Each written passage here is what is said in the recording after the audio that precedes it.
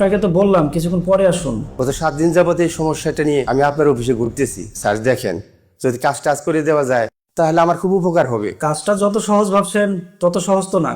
আবেদন করতে বেশ খানিকটা সময় লাগবে। আমি সময় পেলে অবশ্যই আপনার কাজটা করে দিব, আপনি চিন্তা করবেন না। আমি সেই সকাল 9টা থেকে এখানে এসে বসে আছি। আমি দেখলাম আমার পরে অনেকেই আসছেন, আপনি তাদের কাজটা করে দিচ্ছেন, কিন্তু স্যার আমার কাজটা করে দিচ্ছেন না। যদি এখন করে দেওয়া যায় একটু করে দেন স্যার। স্যার 7 দিন হয়ে গেল আমি এইভাবে ঘুরতেছি। এক কথা কতবার বলবেন, আমি শুনেছি তো। এই মুহূর্তে আমার এনআইডি কার্ডের নামটা সংশোধন করা খুবই প্রয়োজন। আপনি চিন্তা করবেন না, আমি করে দিব। যদি সময় মতো না করতে পারি তাহলে আমার অনেক সমস্যা হয়ে যাবে। আপনি দেখি আমার কোনো কথাই বোঝার চেষ্টা করছেন না। আমি একটা গুরুত্বপূর্ণ কাজ করছি, এটা ফেলে রেখে আপনার কাজ কিভাবে করব? স্যার আপনি রাগ করবেন না, নাম সংশোধনের আবেদন করতে তো বেশি সময় লাগবে না। দেখেন যদি এখন করে দেওয়া যায়। আচ্ছা ঠিক আছে, আপনি ঘন্টাখানেক পরে আসুন, আপনার কাজ করে দেব। ঘন্টাখানিক পরে আসবো? ঘন্টাখানিক পরে তো আপনি আবার লাঞ্চে চলে যাবেন। তো লাঞ্চের সময় কি এখন লাঞ্চও যেতে পারবো না? আপনাদের জন্য কি সারাদিন আমরা অফিসেই বসে থাকবো? আমাদেরকে কি মানুষ মনে করেন না? স্যার যদি নামটা সংশোধন করতে না পারি তাহলে আমার পাসপোর্ট হবে না, আর পাসপোর্টটা না হলে এবার হজে যেতে পারবো না। তাই আমার খুব দ্রুত নামটা সংশোধন করা দরকার। চাচা, আমাকে এত কিছু খুলে বলতে হবে না, আমি তো বুঝতে পেরেছি আপনার প্রয়োজন। যদি আপনি বেশি ব্যস্ত থাকেন তাহলে অন্য কাউকে এই কাজটা করে দিতে বলেন। আমার খুব আশা ছিল এবার হজে যাব। আমি সময় পেলেই আপনার কাজটা করে দিব। এখন আপনার আগে যারা এসেছে তাদের কাজ ফেলে যদি আপনার কাজ করি তাহলে সবাই ভাববে না আপনি আমাকে টাকা পয়সা দিয়ে কাজ করাচ্ছেন। লোকে আমাকে ঘুষখোর ভাবুক, সেটা কি আপনি চান চাচা? না স্যার, আমি তো সেটা চাই না। ঠিক আছে স্যার, আমি তাহলে ঘন্টাখানিক পরেই আসি। জি আসেন। স্যার কিসের 2250 টাকার কথা যেন শুনলাম? হ্যাঁ হ্যাঁ চাচা, 2250 টাকা। আপনি শুনেছেন তাহলে? আজ সকালে একজন ডেকে নিয়ে আমাকে এই টাকার কথা বললো। কে, আমাদের কেরানি? ওই যে আপনাদের কাগজপত্র আনা নেওয়া করে ওই লোকটা বললো। ওহো, বলেছে তাহলে। জি, 2250 টাকা ফি দিতে আমার তো কোনো সমস্যা নেই। 7 দিন আগে যখন আমি আপনাদের অফিসে প্রথম আসলাম তখন যদি আমাকে টাকার কথাটা বলতেন আমি টাকাটা তখনই দিয়ে দিতাম। বুঝেনি তো, নানান কাজে ব্যস্ত থাকি না। এই টাকার কথা যে বলবো সেটা আমার মনেই ছিল না। 2250 টাকা আমি এখনই দিচ্ছি। দেখেন যদি দ্রুত কাজটা করে দেওয়া যায়। এক্ষুনি করে দিব, আপনি শুধু জমা দেন। কি ব্যাপার, কি হয়েছে এখানে? আসসালামু আলাইকুম স্যার। ওয়ালাইকুম আসসালাম। কিসের টাকা পয়সা নিয়ে আলোচনা করছিলেন শুনলাম? স্যার টাকা? কিসের টাকা? আমি এদিক দিয়ে যাচ্ছিলাম, হঠাৎ টাকা পয়সার কথা শুনলাম। আপনারা কি টাকা পয়সার ব্যাপারে কোনো আলোচনা করছিলেন? না স্যার, আমি তো ওনার সাথে ডকুমেন্টস নিয়ে কথা বলছিলাম, টাকার বিষয়ে তো কোনো কথা হয়নি স্যার, তাই না চাচা?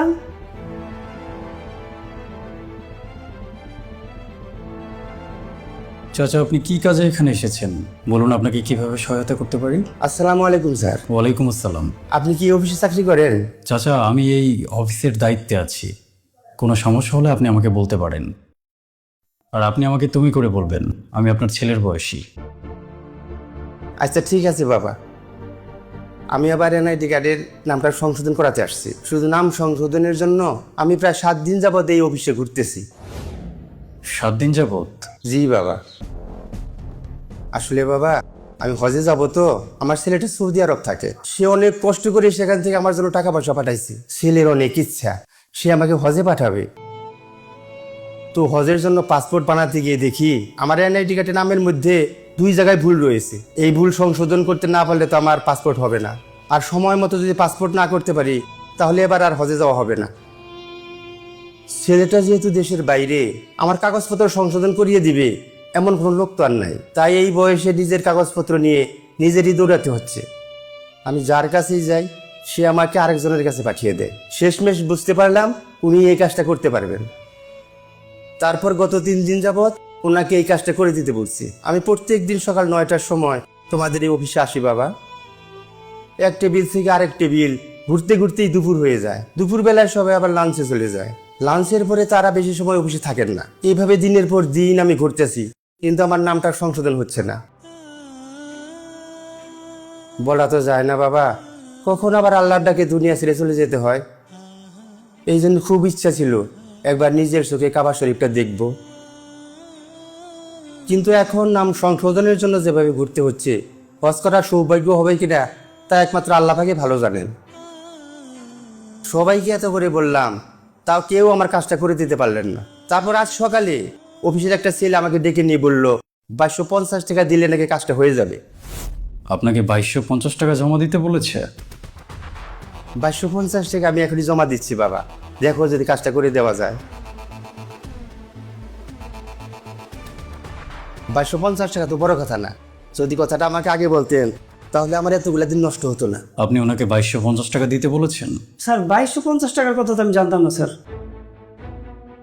সম্ভবত আমাদের কেরানি মাসুদ এ কথা বলেছে। মাসুদের লোকটা স্যার দিন দিন বেড়েই চলেছে, ওর বিরুদ্ধে একটা ব্যবস্থা নেওয়া উচিত স্যার। আমাদের কেরানি মাসুদ 2250 টাকার কথা ওনাকে বলেছে? জি স্যার। তাহলে আপনি ওনাকে 2250 টাকার কথা বলেননি? কই না তো স্যার। আপনি 2250 টাকার বিষয়ে কিচ্ছু জানেন না? না স্যার, একদমই না। 2250 টাকা আপনি কোনোদিন চোখেই দেখেননি, তাই তো? না স্যার।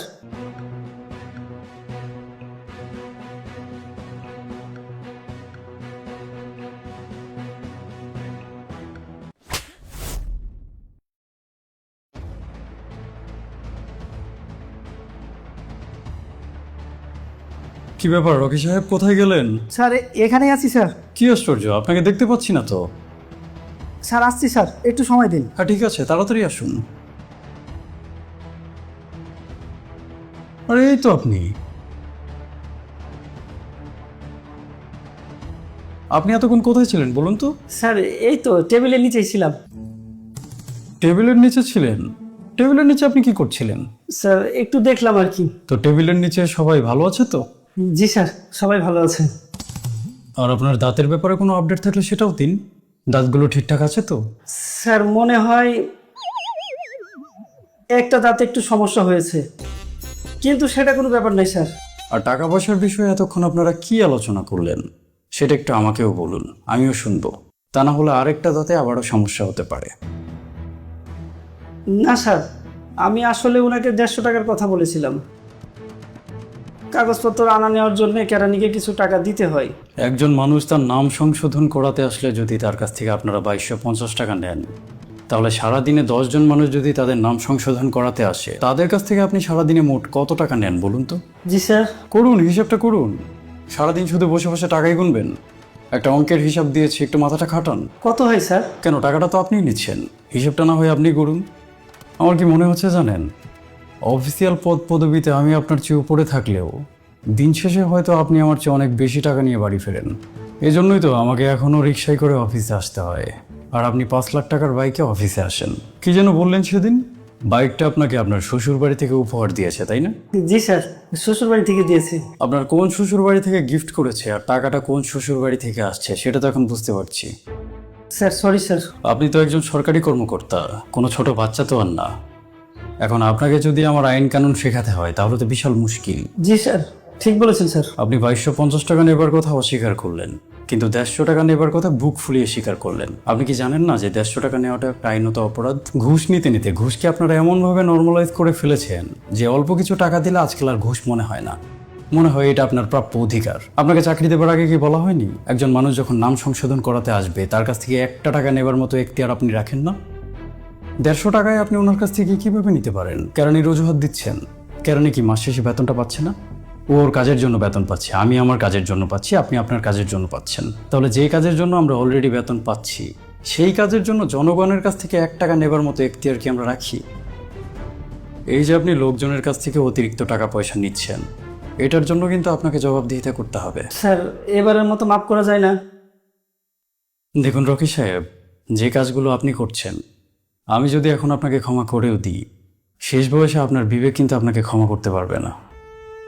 যদি আপনার পরিবারের চাহিদা অনেক বেশি হয় তাহলে আপনি এই চাকরির পাশাপাশি অন্য কোনো কাজ করুন, আর তাতেও যদি আপনার পরিবারের চাহিদা আপনি না মেটাতে পারেন তাহলে চাকরিটা ছেড়ে দিন, বড় কোনো ব্যবসা করুন, অনেক টাকা পয়সার মালিক হতে পারবেন।